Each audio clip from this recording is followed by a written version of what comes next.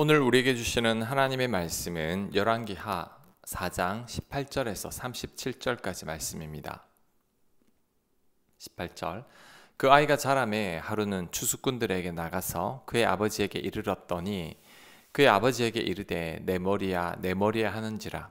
그의 아버지가 사환에게 말하여 그의 어머니에게 데려가라 하매 곧 어머니에게로 데려갔더니 낮까지 어머니의 무릎에 앉아 있다가 죽은지라. 아멘. 평생 아들이 없던 수넴 여인이 엘리사의 축복으로 노년에 아들을 얻었습니다. 그 아들이 얼마나 귀했을까요? 그런데 그 아들이 두통을 호소하더니 수넴 여인의 무릎 위에서 죽고 말았습니다. 수넴 여인이 얼마나 놀랐을까요? 엘리사의 축복으로 얻은 아들이 이렇게 갑자기 죽다니 여인은 너무나 당황했을 겁니다. 그런데 우리들도 살다 보면 이와 같은 고난을 만날 때가 있습니다. 수넴 여인처럼 사랑하는 사람이 죽기도 하고 사고로 크게 다치기도 하고 집안이 완전히 망하기도 하고 가정이 깨지거나 자녀들이 많이 방황할 수 있습니다. 우리 자신도 욥처럼 무너질 때가 있습니다. 그런데 명심해야 할 것은 예수님을 믿는다고 해서 이런 고난이 절대 없을 것이라고 생각해서는 안 됩니다. 살다 보면 우리들도 이런 일들을 겪을 수 있습니다. 예기치 않은 고난으로 인해 하나님을 원망하거나 시험에 들어서 교회를 떠나는 분들도 있습니다. 하지만 절대 그래서는 안 됩니다. 예수님을 믿어도 감기에 걸리고 암에도 걸립니다. 예수님 믿어도 넘어져서 뼈가 부러지기도 하고 교통사고를 당하기도 합니다. 예수님을 믿어도 사랑하는 사람을 잃기도 하죠. 바울은 하나님의 사명을 감당할 때 아프기도 했고 강도를 만나기도 했으며 폭풍을 만나서 바다에서 표류한 적도 여러 번 있었습니다. 억울한 매도 여러 번 맞았습니다. 그런데 예수님을 믿으니 아무런 고난이 없어야 한다고 생각하는 것은 잘못된 신앙인 거죠. 예수님을 믿으니 감기에 걸리지 않아야 한다고 주장하는 것과 같은 겁니다. 살다가 만나는 예기치 않은 고난을 이상히 여겨서는 안 됩니다. 우리도 그런 고난을 만날 수 있습니다. 하지만 그 고난으로 인해 우리들은 절대 넘어지지는 않습니다. 이어지는 구절에서 그런 내용이 나옵니다. 21절 그의 어머니가 올라가서 아들을 하나님의 사람의 침상 위에 두고 문을 닫고 나와 그 남편을 불러 이르되 청하건대 사환 한 명과 나귀 한 마리를 내게로 보내소서. 내가 하나님의 사람에게 달려갔다가 돌아오리이다 하니 그 남편이 이르되 초하루도 아니요 안식일도 아니거늘 그대가 오늘 어찌하여 그에게 나아가고자 하느냐 하는지라. 여인이 이르되 평안을 비나이다 하니라. 이에 나귀의 안장을 지우고 자기 사환에게 이르되 몰고 가라. 내가 말하지 아니하거든 나를 위하여 달려가기를 멈추지 말라 하고 드디어 갈멜산으로 가서 하나님의 사람에게로 나아가니라. 하나님의 사람이 멀리서 그를 보고 자기 사환 게하시에게 이르되 저기 수넴 여인이 있도다. 너는 달려가서 그를 맞아 이르기를 너는 평안하냐 네 남편이 평안하냐 아이가 평안하냐 하라 하였더니 여인이 대답하되 평안하다 하고. 아멘. 아들이 죽었지만 수넴 여인은 당황하지 않고 바로 엘리사에게 찾아가려고 합니다. 남편에게는 아들이 죽었다고 말하지도 않았습니다. 남편이 안식일이나 초하루도 아닌데 엘리사 선지자를 왜 찾아가냐고 물었지만 편안할 것이라고 말하면서 급히 엘리사가 있는 갈멜산으로 떠났습니다. 엘리사가 멀리에서 수넴 여인을 보고 사환을 보내 안부를 묻자 평안하다고 대답합니다. 자, 우리는 이 사건에서 여인의 말을 주목해야 합니다. 아들이 죽은 상황에서 이 여인은 절망의 말을 하지 않고 있다는 거죠.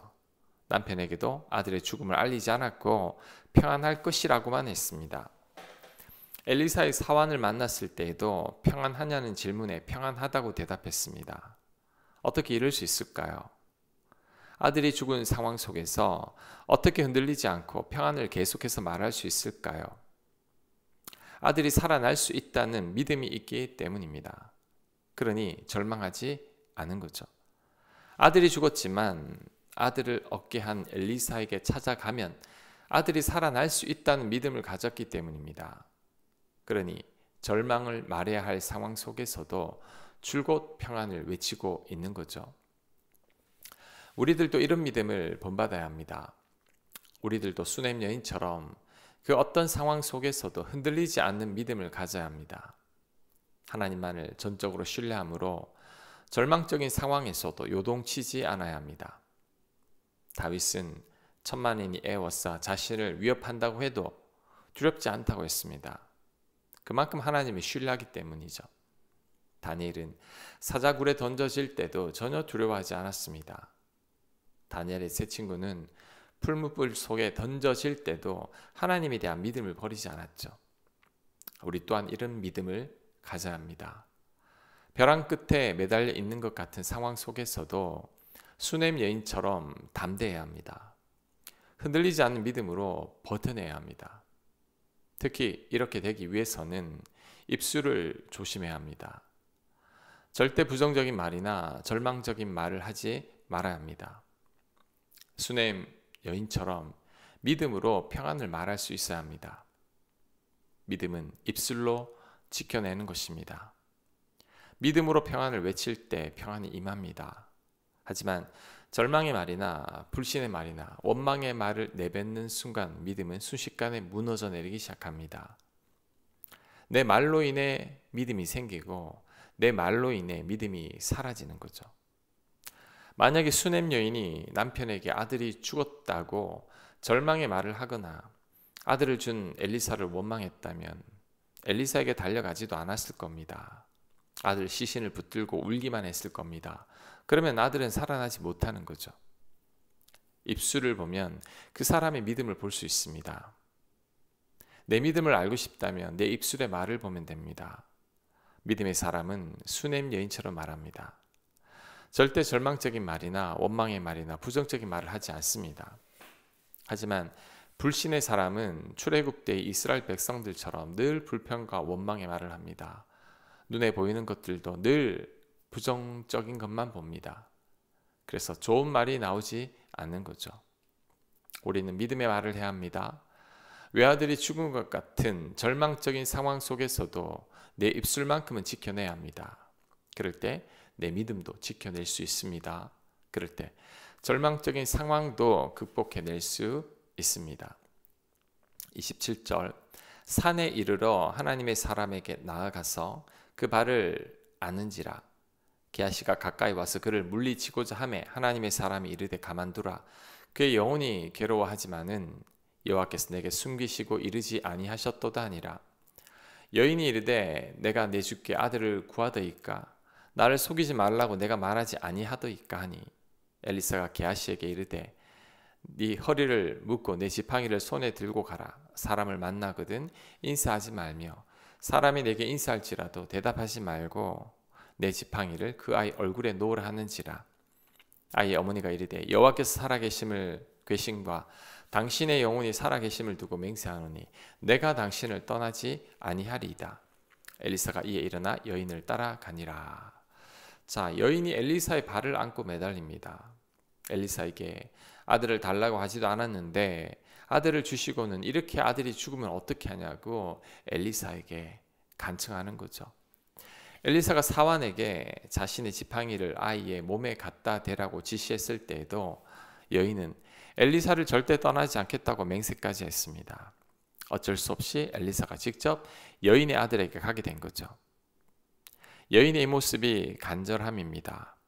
엘리사에게만 매달리고 있는 거죠. 절대 뒤로 물러서지 않겠다는 단호함이 있습니다. 이것이 바로 기도의 태도이죠. 우리도 기도할 때 이런 심정으로 하나님께 매달려야 합니다. 하나님께서 응답하시지 않으시면 물러서지 않겠다는 마음으로 간절히 구해야 합니다. 그럴 때 하나님께서 반드시 응답하실 것입니다. 31절 게하시가 그들보다 앞서가서 지팡이를 그 아이의 얼굴에 놓았으나 소리도 없고 듣지도 아니하는지라.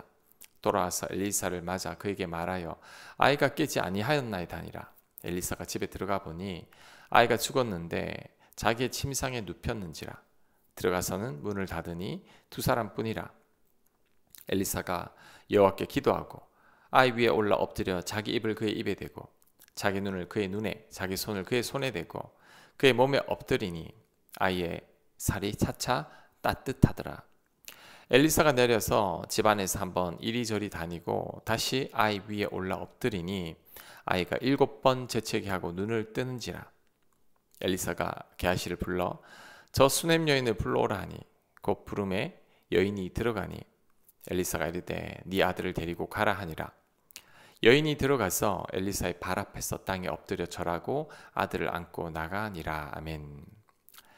엘리사의 지팡이로도 아들이 살아나지 않자 엘리사가 기도하고 직접 그 위에 엎드려 아이의 입에 자신의 입을, 아이의 눈에 자신의 눈을, 아이의 손에 자신의 손을 댔습니다. 그러더니 아이 몸이 따뜻해지고 7번 재채기를 하더니 아들이 살아났습니다. 죽었던 아들이 살아난 거죠. 아들의 부활은 오직 수냄 여인의 믿음 때문입니다. 죽었지만 살아날 것이라고 믿은 여인의 믿음 때문에 아들이 살아난 거죠. 또한 엘리사에게 매달린 여인의 간절함 때문입니다. 우리도 이런 믿음을 배워야 합니다. 그 어떤 경우에도 절대 믿음을 잃어서는 안 됩니다. 또한 입술을 다스려야 합니다. 절대 불신의 말이나 절망의 말이나 원망이나 불평을 해서는 안 됩니다. 항상 평안을 외칠 수 있어야 합니다.